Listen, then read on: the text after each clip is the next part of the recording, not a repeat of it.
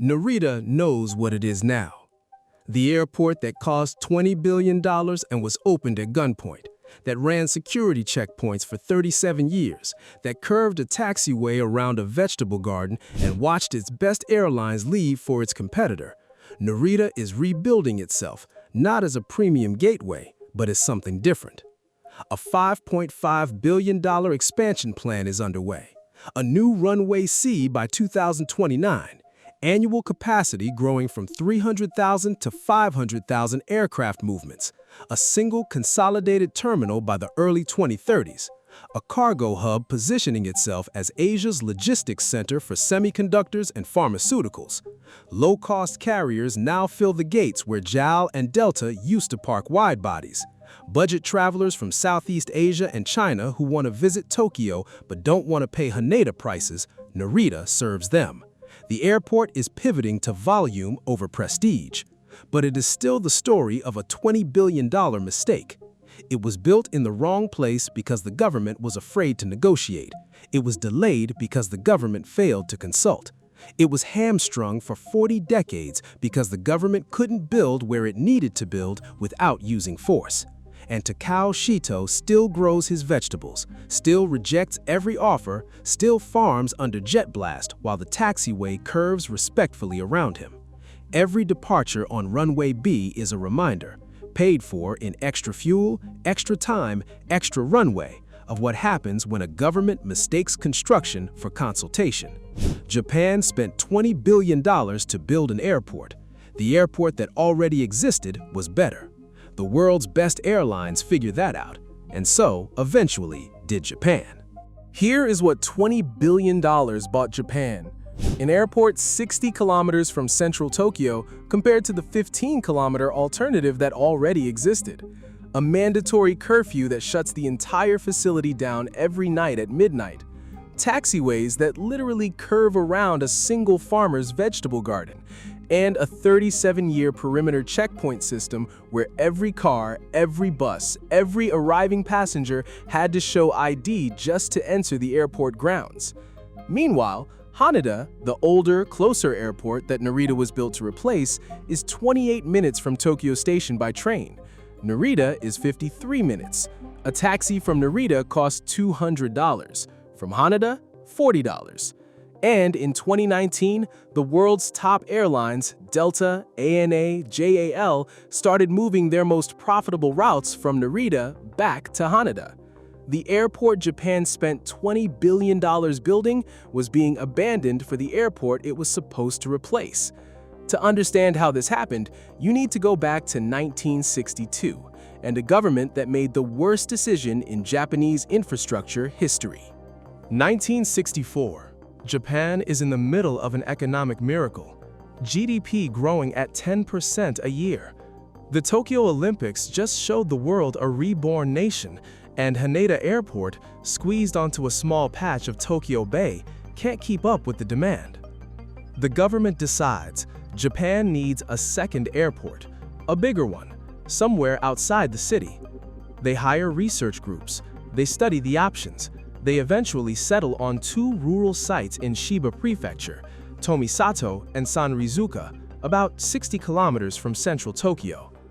Now, there's a reason Sanrizuka won out. The government owned a massive chunk of it, an old imperial livestock farm called the Goryeo Farm, a Meiji-era agricultural estate covering 40% of the planned airport footprint. By using state-owned land, they could grab most of what they needed without paying for it. What they failed to understand was what that land meant. The Goryeo farm had been cleared and cultivated by former samurai who lost everything in the Meiji Restoration, people who had worked for generations to turn wilderness into farmland, and who had won brutal legal battles to keep it. This wasn't just soil, it was the community's identity, their history, the proof that ordinary people could defeat the powerful. And in June 1966, without a single public hearing, without a single negotiation, the Japanese cabinet announced, "This land will become an airport. Move." The reaction was immediate, and it was violent. The farmers formed the Sanrizuka Shibayama United Opposition League, and then the entire Japanese radical left arrived. Student groups who had been fighting the US-Japan Security Treaty saw the airport as the perfect symbol: capitalism, forced displacement, and a logistics base for the Vietnam War all in one project. Tens of thousands of activists descended on Shiba Prefecture. What followed was not a protest, it was a war. Farmers and activists built steel and earth fortresses directly in the planned flight paths. They erected 60-meter watchtowers, they dug underground bunker networks, they laid wire traps, buried bamboo spears in the brush, and during government survey operations, lined the roads with barrels of human waste, hurling the contents at riot police. One 90-year-old resident, Mrs. Ishibashi, poured human waste onto officers raiding her property and shouted that they would not take the soil where she had raised 8 children. To legally obstruct land seizure, activists created the One Subo movement, subdividing plots of land into 3-square-meter parcels and selling them to thousands of sympathetic city residents. The government now had to negotiate with or sue thousands of individual landowners to secure every hectare. Then came March 1978. The airport was finally finished. Prime Minister Fukuda had staked Japan's international prestige on the opening. 3 days before the ceremony, 14 militants crawled through the airport's sewer system, bypassed every security fence, and broke into the central control tower. They destroyed every piece of air traffic control equipment they could find, $500,000 in immediate damage, the opening delayed by 2 months, Japan humiliated on the international stage, the government paying $100,000 a day in loan interest during the delay. When Narita finally opened on May 20, 1978, it was surrounded by armed checkpoints, barbed wire, and riot police.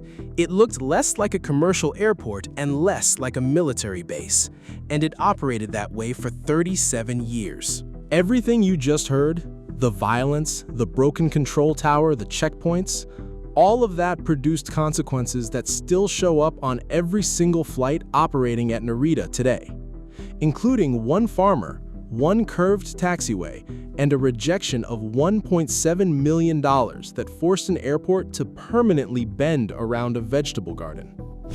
When Narita expanded to build its second runway, a small number of farmers still held their land inside the airport perimeter. The government offered them money.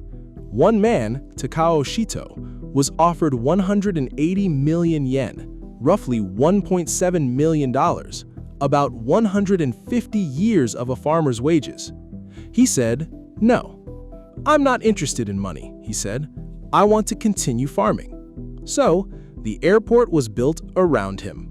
The taxiway connecting to runway B features a pronounced, engineered curve to avoid his property lines.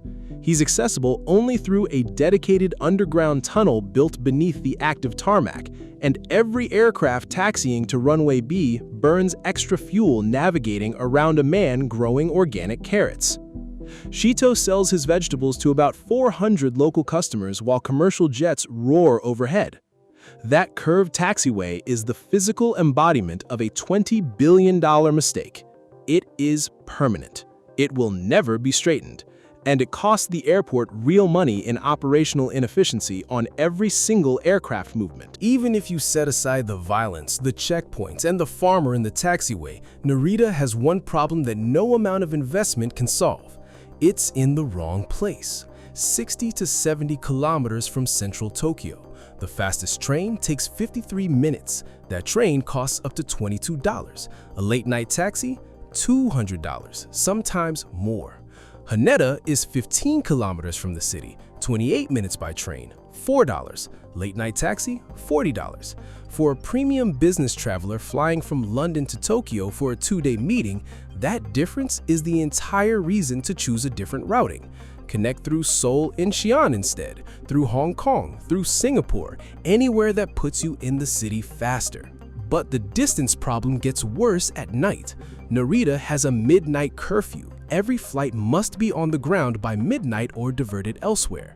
A single weather delay in Frankfurt pushing a Tokyo-bound flight 90 minutes late means that aircraft cannot land at Narita. It goes to Kansai Airport in Osaka instead. The passengers then have to figure out how to get to Tokyo from Osaka at 2 a.m. This is not a theoretical risk, it happens regularly, and it makes Narita structurally unreliable for the carriers that need certainty above all else. Haneda operates 24 hours a day.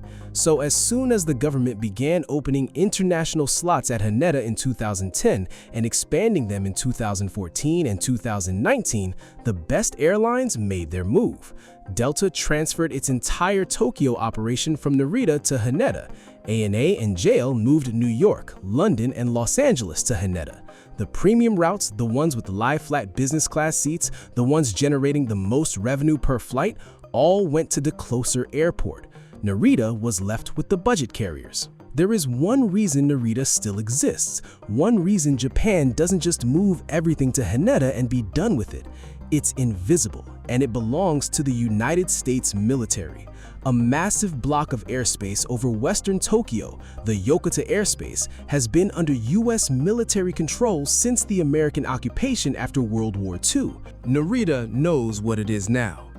The airport that cost $20 billion and was opened at gunpoint, that ran security checkpoints for 37 years, that curved a taxiway around a vegetable garden and watched its best airlines leave for its competitor.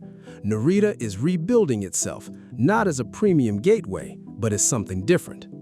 A $5.5 billion expansion plan is underway. A new runway C by 2029. Annual capacity growing from 300,000 to 500,000 aircraft movements, a single consolidated terminal by the early 2030s, a cargo hub positioning itself as Asia's logistics center for semiconductors and pharmaceuticals. Low-cost carriers now fill the gates where JAL and Delta used to park wide-bodies. Budget travelers from Southeast Asia and China who want to visit Tokyo but don't want to pay Haneda prices, Narita serves them. The airport is pivoting to volume over prestige, but it is still the story of a $20 billion mistake.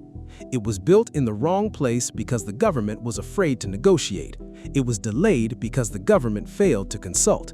It was hamstrung for 40 decades because the government couldn't build where it needed to build without using force. And Takao Shito still grows his vegetables, still rejects every offer, still farms under jet blast while the taxiway curves respectfully around him. Every departure on runway B is a reminder, paid for in extra fuel, extra time, extra runway, of what happens when a government mistakes construction for consultation. Japan spent $20 billion to build an airport. The airport that already existed was better. The world's best airlines figured that out, and so, eventually, did Japan.